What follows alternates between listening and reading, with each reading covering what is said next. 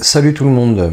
Donc je ne peux pas rester, avec tout ce qui se passe avec les agriculteurs, je ne peux pas rester sans rien dire.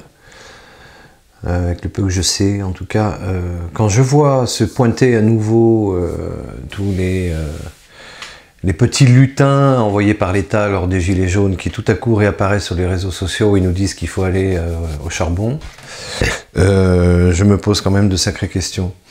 Quand je sais aussi qu'il y a la FNSEA derrière et que le patron de la FNSEA est quelqu'un qui a de gros intérêts puisqu'il est président d'une entreprise qui fabrique de l'huile alimentaire, entre autres. Il faut savoir aujourd'hui que l'huile de palme et tout ça, tout ce qui est dans les betteraves sucrées, tout ce qui est dans les céréales, eh bien on préfère désormais les acheter aux Chiliens ou ailleurs dans le monde à des gens qui ont le droit d'utiliser des saloperies comme pesticides qui sont interdits en Europe et en France notamment. On préfère donc sacrifier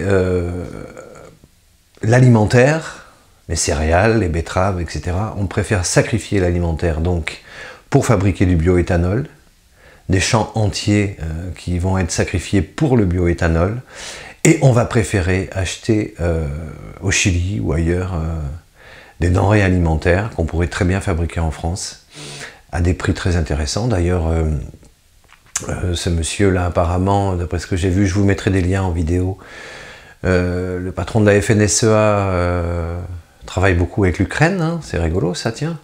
Donc en fait, les huiles qu'on trouve dans les grands magasins sont des huiles ukrainiennes. Parce que nous, nos huiles, nos propres huiles à nous, on s'en sert pour fabriquer du bioéthanol parce que ça rapporte beaucoup plus. Voilà. Donc ça, c'est insupportable. Et quand vous voyez derrière tous ces anciens petits lutins, hein, comme je le disais tout à l'heure, qui réapparaissent tout à coup, ça sent pas très bon, si vous voulez. Voilà. Je pense que il faut tout faire dans notre pays adoré, et dans l'Europe entière et dans le monde entier, parce que c'est mondial tout ça. Je pense qu'il faut tout faire pour essayer de trouver des solutions, pour éviter le chaos et les guerres civiles. Je pose la question à tous ces charlots qui mettent leurs couilles là, ils sont contents, et avec leur gros tracteur à 200 000 balles, vous n'êtes pas dans la merde les mecs? Comment vous faites pour vous payer des tracteurs à 300 000 €? Vous faites comment? Et vous venez pleurer parce que vous avez moins de subventions, etc. Vous êtes en train d'écraser les petits producteurs bio avec vos grosses machines, et vous venez pleurer, mais vous n'avez pas de sous. Agriculteur, où est ton esprit paysan? Hein? Tu n'as plus de sous? Combien ça coûte là tes tracteurs? Combien ça coûte les outillages pour tes tracteurs? Mais qu'est-ce que c'est que cette histoire? Bon, il y a des agriculteurs qui sont en train de s'émanciper, comme les Gilets jaunes se sont émancipés du système initial qui a été mis en place par l'État, hein? Madame Moreau, etc. Moi, je me répète, mais il faut répéter pour que les gens comprennent. Une fois que l'État s'est rendu compte que le mouvement s'émancipait et que ça devenait une réelle force et que ça mettait un peu en péril l'État, boum, là ils ont sorti les chiens et tout le monde est rentré dans le rang. Ils ont rajouté quelques petits cagoulés en noir là qu'on faisait passer pour extrême droite ou extrême gauche, on savait pas trop, mais voilà, qui ont sali le mouvement, qui ont tout cassé, et les flics laissaient faire. La plupart du temps c'était même des flics, d'accord? Eh bien là ça va être la même chose. C'est-à-dire qu'on va nous... les prix vont certainement augmenter, l'essence va certainement augmenter, et qui va se gaver sur nous, là? Voilà, et les agriculteurs vont rentrer contents, ils ne seront plus taxés pour certains pesticides, voilà, ils payeront certainement moins cher leur rouge, là, leur gasoil rouge, et ils seront contents. Mais ça, c'est pas des agriculteurs, ça, c'est des vendus au système. Parce que les véritables agriculteurs, les véritables paysans, ils ont compris ce manège et ils n'en font plus partie. Sauf que ces gens-là, ils ne reçoivent pas, ou ils reçoivent très tardivement leurs aides parce qu'ils ont besoin d'aide. Hein, parce que c'est toujours plus facile de passer dans un champ avec un énorme tracteur qui balance des saloperies plutôt que de faire les choses à la main. Vous voyez, c'est tout à fait normal que le bio, alors le bio est moqué, sali, voilà, alors que on sait très bien, c'est prouvé que la biodynamie peut exactement subvenir aux besoins de notre pays, si c'est bien fait, ça suffit largement pour nous nourrir. Mais ça, on le sait, tout le monde le sait, un véritable paysan, il le sait. Si tout le monde travaillait propre à nouveau, ça serait extraordinaire. Extraordinaire. Ça créerait de l'emploi. Mais qu'est-ce que vous voulez? Vous croyez que ces gens-là, là, qui nous font un cinéma, en plus, CNews, machin, ils sont tous dessus, là, c'est non-stop, là, alors voilà. Il y a déjà eu 2 morts, quand même, hein. Bon, et c'est pas fini, à mon avis. Mais d'abord, c'est pas à Paris qu'il faut aller, c'est à Bruxelles qu'il faut aller.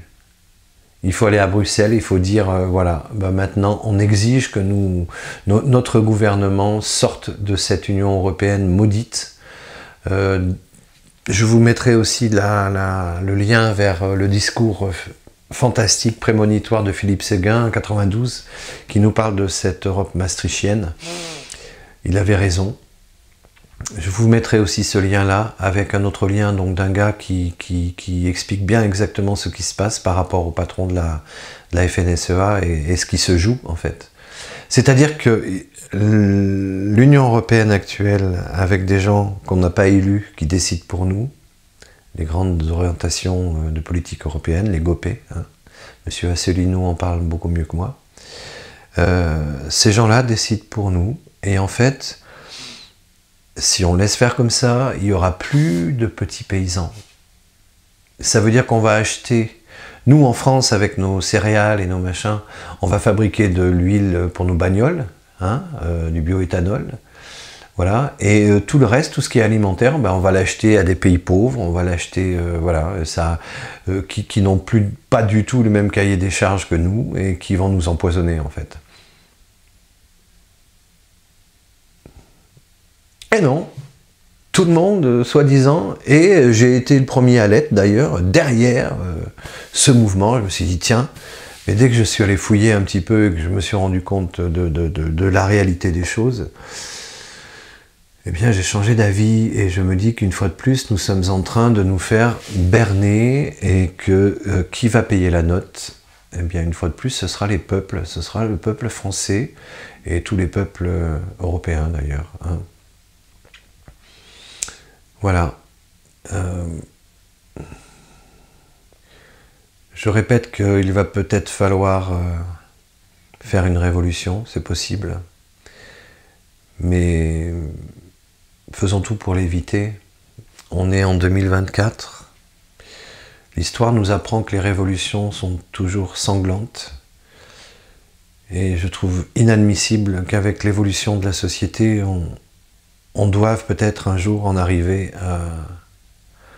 à se révolter pour de bon et à couper des têtes. Je suis pas pour ça. Je suis évidemment pour un monde nouveau qui nous libère de cette caste maléfique, hein, qui est en train de nous mettre en esclavage. Mais je suis évidemment pour que ce monde change et qu'on redevienne souverain. Mais pas au prix du sang. Pas au prix du sang. Voilà, je vous salue, je vous dis à bientôt.